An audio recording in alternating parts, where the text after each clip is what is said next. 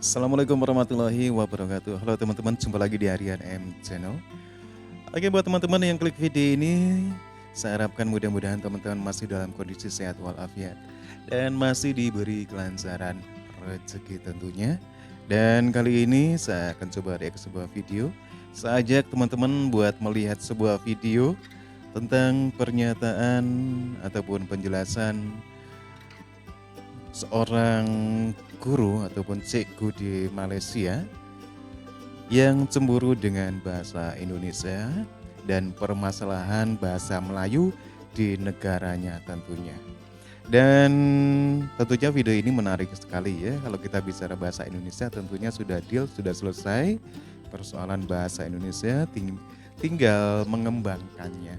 Dan sementara di Malaysia walaupun sistem pendidikannya lebih maju, tapi persoalan bahasa ternyata masih jadi persoalan. Oke, seperti apa videonya? Jangan lupa like, subscribe. Sekedar buat pengetahuan kita lihat videonya.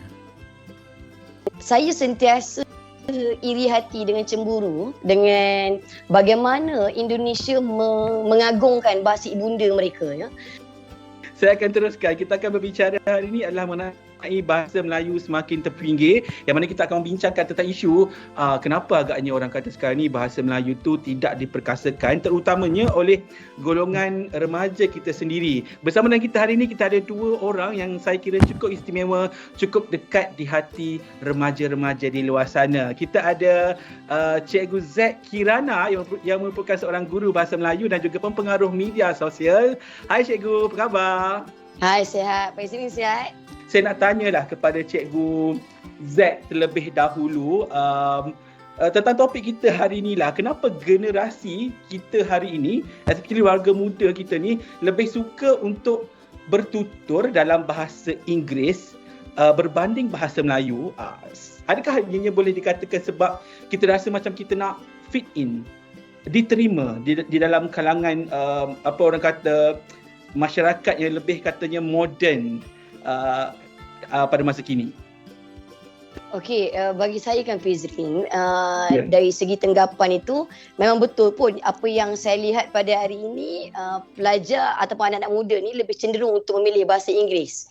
Saya nampaklah beberapa faktor dekat sini. Itu kalau perasan kan, kita ni perkara di atas orang kata dalam talian ini menjadi pilihan utama. Contohnya kalau kita main permainan video pun secara dalam talian, okay? Jadi maksudnya kita punya rangkaian komunikasi kita semakin meluas.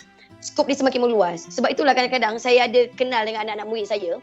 Dia kata, cikgu saya ada teman lelaki, saya ada teman wanita tapi duduk luar negara katanya. Mereka kenal dekat dalam laman sosial ataupun mungkin ketika bermain permainan video secara dalam talian kan. Jadi mungkin mereka memilih bahasa Inggeris kerana bahasa Inggeris dikatakan memang bahasa antarabangsa lah yang memudahkan komunikasi. Dan saya perasan juga mungkin juga anak-anak kecil sekarang ni senang belajar bahasa Inggeris disebabkan bahan tontonan mereka yang bersifat dalam talian juga macam YouTube sendiri ya.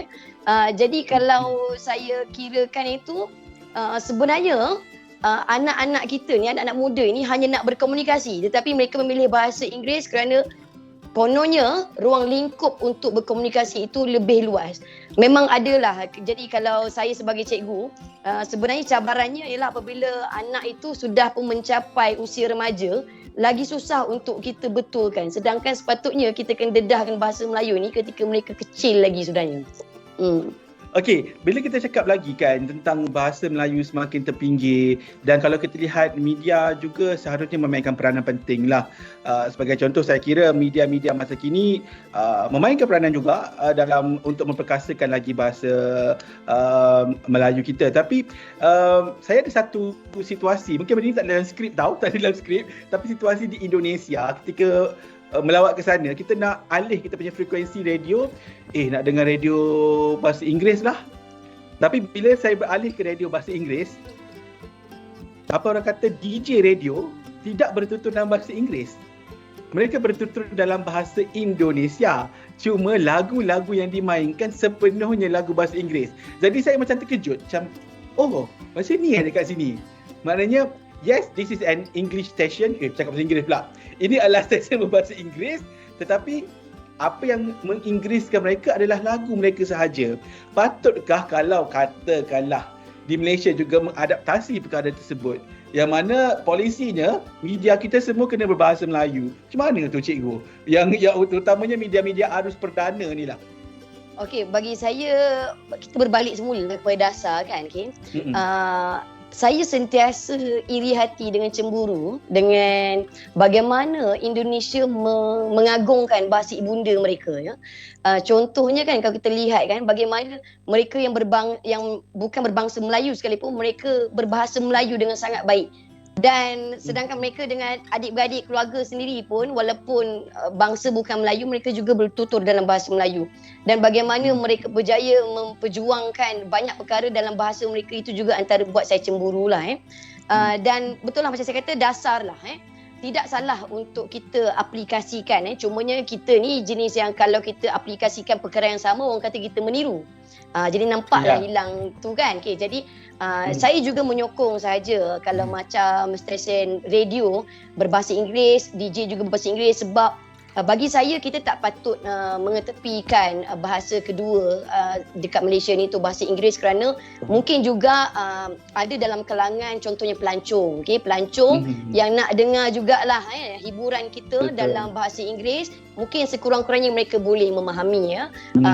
Jadi saya okey je, saya tak ada masalah untuk dalam bidang hiburan dan ada spesifik seperti itu, tapi mungkin kita boleh tengok jugalah seperti yang Fizrin kata tadi, saya rasa itu boleh diaplikasi untuk setengah stesen radio yang lain. Sebab apa? Sebab itu menunjukkan jati diri, dan bagi saya mungkin pelancong asing juga boleh belajar sesuatu tentang bahasa kita. Oke, teman-teman, ya, demikian ya penjelasan dari seorang cikgu Malaysia ataupun guru bahasa di Malaysia. Bagaimana beliau ini cemburu ya dengan bahasa Indonesia. Memang pada dasarnya kenyataannya seperti itu, ya. Bahasa Indonesia di negaranya sendiri ini memang sudah menjadi satu dasar yang semua orang tahu, ya, bahwasanya bahasa Indonesia itu sangat penting, ya, untuk dipelajari. Ini berbeda kenyataan dengan yang ada di Malaysia. Bagaimana sampai sekarang pun, ya, persoalan bahasa di Malaysia pun masih sering diperdebatkan. Ada beberapa faktor di mana bahasa Melayu ini serasa terpinggirkan. Hal ini bisa terlihat dari sikap dari generasi mudanya yang lebih mempergunakan bahasa Inggris ketimbang bahasa Melayu. Hal inilah yang memicu mungkin merasa bahasa Melayu itu terpinggirkan. Dan mungkin dari generasi muda Malaysia sendiri berharap bisa lancar berbahasa Inggris agar bisa mencari peluang kerja yang lebih luas. Tapi kenyataannya seperti yang dijelaskan oleh cikgu tadi, bahwasanya sebagian besar juga lulusan di Malaysia juga bekerja hanya di dekat Malaysia saja ataupun di negaranya sendiri. Ini bukan saya yang ngomong, tapi cikgu sendiri yang ngomong, ya. Dan tentunya masih banyak yang lain, ya, faktor-faktor yang menyebabkan hal ini seperti terjadi, ya, seperti sistem sekolah kebangsaan ataupun vernakuler yang ada di Malaysia. Oke deh, kita boleh berbangga, ya, kita mempunyai satu negara yang luas, sangat besar, mempunyai satu bahasa. Bagaimana tidak, semua warga negara Indonesia bisa berbahasa Indonesia, tapi juga tidak melupakan bahasa daerahnya, dan juga tidak melupakan untuk bisa menggali terus bahasa seperti bahasa Inggris, karena bahasa Inggris juga penting untuk era zaman sekarang, ya. Oke, gimana menurut kalian? Silakan teman-teman bisa komentar dengan baik.